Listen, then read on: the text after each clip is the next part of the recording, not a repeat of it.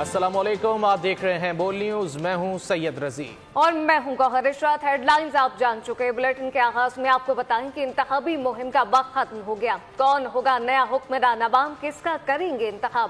انتخابات کے لیے پولنگ کل ہوگی۔ الیکشن کمیشن بھی تیار ہو گیا۔ انتخابی مواد کی ترسیل مکمل کر لی گئی۔ عملے کو انتخابی سامان آج ملے گا۔ قومی اسمبلی کی 265 اور صوبائی اسمبلیوں کی 590 نشستوں پر انتخاب ہوگا۔ 12,85,85,076 ووٹرز حق رائے دہی استعمال کر سکیں گے۔ شیر دھاڑے گا، تیر چلے گا یا عقاب اڑان بھرے گا؟ الیکشن 2024 کے لیے پولنگ کل ہوگی۔ قومی اسمبلی کی 265 اور صوبائی اسمبلی کی 590 نشستوں پر الیکشن ہوں گے۔ قومی کے 1 اور صوبائی اسمبلی کے 3 حلقوں پر انتخابات نہیں ہو رہے۔ قومی اسمبلی کے مجموعی امیدواروں کی تعداد 5,254 ہے، جبکہ صوبائی اسمبلی کے امیدوار 12,553 ہیں۔ مجموعی طور پر 14 لاکھ سے زائد انتخابی عملے کو تربیت دی گئی۔ رجسٹرڈ ووٹرز کی تعداد 12,85,85,760 ہے۔ 8 فروری کو پولنگ اسٹیشن کے 400 میٹر کی حدود میں مہم پر پابندی ہوگی۔ پولنگ اسٹیشن کے قریب ووٹر سے ووٹ کی درخواست کرنے پر بھی پابندی ہے۔ ملک بھر میں 90,675 پولنگ اسٹیشنز قائم کیے گئے۔ 18,437 انتہائی حساس، 26,628 حساس اور 44,610 پولنگ اسٹیشنز کو نارمل قرار دیا گیا۔ الیکشن کمیشن نے مانیٹرنگ کے لیے کنٹرول روم بھی قائم کر دیا۔ اب جلسے ہوں گے نہ جلوس، الیکشن کمیشن نے متنبہ کر دیا۔ خلاف ورزی پر نااہلی کی بھی وارننگ دے دی گئی۔ سیاسی قائدین ووٹ دینے اپنے آبائی حلقوں میں پہنچ گئے۔ 2024 کی انتخابی مہم کی میراتھن میں پیپلز پارٹی نے 27 دن میں 30 جلسے کر کے میدان مار لیا۔ نون لیگ انتخابی مہم کے دوران 19 جلسے کر کے دوسری پوزیشن پر آ گئی۔ کراچی میں جماعت اسلامی اور ایم کیو ایم میں تگڑا مقابلہ ہوگا۔ مولانا فضل الرحمان انتخابی مہم میں زیادہ متحرک نظر آئی۔ سراج الحق کی شہر شہر جا کر ووٹر کو رام کرنے کی کوششیں۔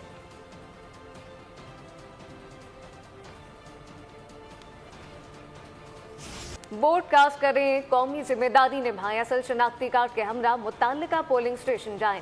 زائد المعیار شناختی کارڈ پر بھی ووٹ کاسٹ ہو سکے گا، جبکہ کیمرہ، موبائل فون اور خواتین کے لیے ہینڈ بیگ لے جانا ممنوع قرار دے دیا گیا ہے۔ قومی اسمبلی کا بیلٹ پیپر ہرا اور صوبائی اسمبلی کا سفید رنگ کا ہوگا۔ مہر لگانے میں بھی احتیاط برتیں۔ نشان پسندیدہ امیدوار کے خانے سے باہر نکلا تو ووٹ ضائع ہو جائے گا۔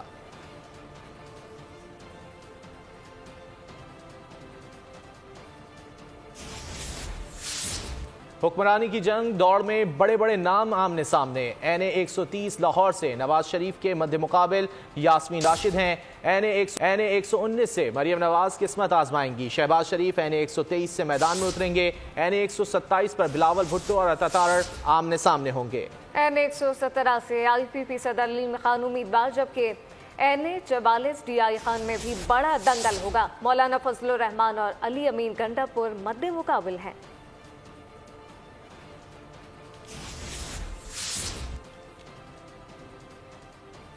تمام جماعتوں نے ووٹر کو رام کرنے کے لیے تقریباً 1.5 ماہ بھرپور مہم چلائی۔ کیا کیا ہوا جانیں گے اس رپورٹ میں۔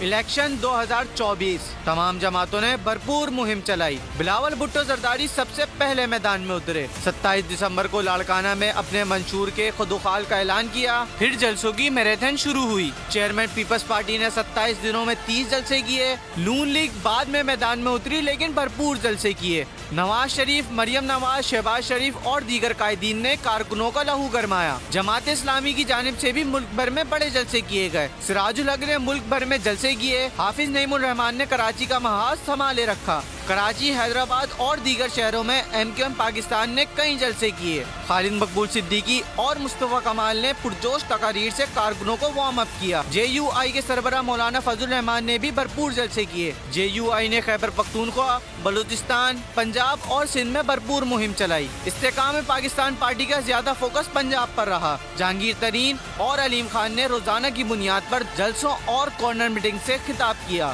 خیبر پختونخوا میں اے این پی کے ایم ایل ولی خان پوری طرح ایکٹیو رہے۔ انہوں نے کئی جلسے کیے اور مہم چلائی۔ کاف لیگ کے جانب سے بھی کئی جلسے کیے گئے۔ مسلم لیگ نون کے قائد نواز شریف کو پورا یقین ہے کہ وہ الیکشن 2024 کا مارکہ مار لیں گے۔ قصور میں جلسے سے خطاب میں کہا کہ 2 دن بعد طلوع ہونے والا سورج ملک میں خوشحالی لے کر آئے گا۔ الیکشن پرسوں ہے مگر جشن آج سے شروع ہو گیا۔ ان کا کہنا تھا کہ ان کی حکومت ختم نہ کی جاتی تو بے روزگاری نہ ہوتی۔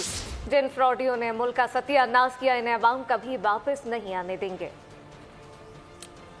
2 دن کے بعد جو سورج طلوع ہونے والا ہے نا، انشاءاللہ وہ خوشحالی کا پیغام لے کے آ رہا ہے پاکستان کے لیے۔ اگر نواز شریف کو نہ نکالا جاتا اور اگر نواز شریف کی حکومت نہ توڑی جاتی، میں دعوے کے ساتھ الحمدللہ یہ بات کرتا ہوں، آپ میں سے کوئی بھی شخص، کوئی بھی نوجوان بے روزگار نہ ہوتا، پورا ملک جو ہے وہ خوشحال ہوتا اللہ کے فضل و کرم سے۔ لیکن ہمیں بہت ٹھوکریں لگی ہیں، ٹھوکریں کھائی ہیں ہم نے، لیکن ٹھوکروں سے ہم نے باہر نکلنا ہے، اس مشکلوں سے باہر نکلنا ہے۔ ہم نے پھر ترقی کی دوڑ میں شامل ہونا ہے، ہم نے پھر ایشین ٹائیگر بننا ہے۔ انہوں نے پاکستان کا ستیہ ناش کیا ہے، یہ ناانصافی پاکستان میں جی، فراڈ لوگ تھے، فراڈ۔ ہم لائیں گے پاکستان کو دوبارہ انشاءاللہ اپنی ڈگر پہ، ہم نے ان فراڈیوں کو دوبارہ پاکستان پہ نہیں آنے دینا۔ ووٹ پر ڈاکہ نامنظور، اگر ووٹ پر ڈاکہ مارا گیا تو ایسا پیچھا کروں گا کہ بانی پی ٹی آئی کو بھول جائیں گے۔ بلاول بھٹو نے خبردار کر دیا، لاڑکانہ جلسے میں مخالفین کو وارننگ دے دی، کہا کہ ویسے میں جانتا ہوں کہ گڑبڑ کرنے والے کون اور کہاں بیٹھے ہیں۔ مزید کہا کہ میاں صاحب کے حالات بہت پتلے ہیں، وہ تو اپنی نشست ہار رہے ہیں، بلوچستان میں پیپلز پارٹی آگے ہی آگے ہے، اوپر سے کچھ ہوتا ہے تو نہیں پتا، لیول پلینگ فیلڈ ملتی ہے تو لاہور کی نشست جیت کر دکھاؤں گا۔ ووٹ پہ ڈاکہ نامنظور، اگر میرا ووٹ پہ ڈاکہ مارا گیا، اگر میرا ووٹوں کے ساتھ کچھ چھیڑ چھاڑ ہوا تو پھر میں ایسے ان کا پیچھا کروں گا کہ وہ عمران خان کو تو بھول جائیں گے۔ اور میں جانتا ہوں کہ آپ کون ہو، کہاں بیٹھے ہو۔ ہمارے جو مخالفین ہیں وہ بھی سیاست کے دائرے میں رہ کے سیاست کریں، اگر وہ صاف شفاف الیکشن جیتے ہیں تو 100 بسم اللہ، چوتھی بار آپ نے وہی چیز کرنا ہے تو کر کے دکھائیں۔ میاں صاحب کے حالات بہت ہی پتلے ہیں بھائی، بہت ہی پتلے ہیں۔ میاں صاحب تو اپنا سیٹ ہار رہا ہے، باقی پختونخوا تو دور کی بات۔ گراؤنڈ ریالٹی یہ ہے بلوچستان میں، اوپر سے اگر کچھ ہوتا ہے مجھے کہ پاکستان پیپلز پارٹی تو آگے ہی آگے ہے۔ میں لاہور سے الیکشن لڑ رہا ہوں، اگر فری اینڈ فیئر الیکشنز ہوتا ہے، لیول پلینگ فیلڈ ملتا ہے تو میں وہ لاہور سیٹ کا جو سیٹ ہے آپ کے لیے جیت کے میں وہ آپ کو سیٹ دلواؤں۔ سندھ میں پیپلز پارٹی کی کارکردگی ہی ہماری انتخابی مہم ہے، شہباز شریف کا نام لیے بغیر بلاول بھٹو زرداری کی تنقید پر جواب۔ نواز شریف کا 3 مرتبہ تختہ الٹا گیا، لیکن انہوں نے کبھی سپہ سالار کو میر جعفر نہیں کہا، کبھی انہوں نے جادو ٹونے کا سہارا نہیں لیا۔ نواز شریف نے اس کے 3 مرتبہ اس کی حکومت کا تختہ الٹا گیا، مگر نواز شریف نے کبھی کسی سپہ سالار کو میر جعفر نہیں کہا تھا، شہیدوں کو گالی نہیں دی، یادگاروں پر آگ نہیں لگائی اور جادو ٹونے کا سہارا نہیں لیا، اپنا مقدمہ اللہ پہ چھوڑا۔ میرے اس مہربان سیاستدان نے کہا کہ انتخابی مہم میں یہ نون لیگ والوں نے کراچی اور سندھ میں کوئی جلسہ نہیں کیا، تو میں ان سے کہنا چاہتا ہوں کہ آپ کی کارکردگی خود ہی ہمارے جلسوں کا کام دے رہی ہے۔ وہاں پہ جو آپ کی کارکردگی ہے اس کو پورے پاکستان نے دیکھ لیا ہے۔ ہم نے بھی عوام کو آ کر کراچی میں یہی کہنا تھا کہ یہ ہے کارکردگی، اور کہتے ہیں جناب کہ کراچی کو لاہور بنا دیں گے۔ پی ٹی آئی برکر جلاؤ گھیراؤ کی سیاست چھوڑ دیں، آپ کو بہلایا پھسلایا گیا۔ قصور جلسے میں مریم نواز کا خطاب نام لیے بغیر بلاول بھٹو پر تنقید کی، کہا کہ جس کے پاس بتانے کو کارکردگی نہیں وہ نواز شریف پر کچرا اچھالتے ہیں۔ نواز شریف کے خلاف انتقام کی ہر لائن عبور کی گئی، لیکن اب ہر سروے کہہ رہا ہے نون لیگ نے مقبولیت میں تمام جماعتوں کو پیچھے چھوڑ دیا۔ مریم نواز نے کہا ہماری توجہ انتقام پر نہیں عوام کی خدمت پر ہے۔ سب کو یہ دعوت دیتی ہوں کہ آؤ، ظلم کا، انتقام کا، جبر کا مار دو، مر جاؤ، جلاؤ گھیراؤ کا باب اب بند کر دیں۔ میں تحریک انصاف کے نوجوان کو بھی یہ کہنا چاہتی ہوں کہ نفرت کی سیاست کو آج ہمیشہ کے لیے دفن کر دو۔ آپ کو ورغلایا گیا، نواز شریف کے مخالفین نے آسان طریقہ ڈھونڈ لیا مشہور ہونے کا اور اپنی کارکردگی چھپانے کا، کچھ اور کہنے نہیں آتا تو نواز شریف پر تنقید شروع کر دو۔ پچھلے 6-7 سال میں نواز شریف صاحب کی خلاف انتقام کی ہر لائن کراس کی گئی۔ سروے آئے ہیں جو کہہ رہے کہ اس وقت مسلم لیگ نون مقبولیت میں تمام جماعتوں کو پیچھے چھوڑ آئی ہے۔ میں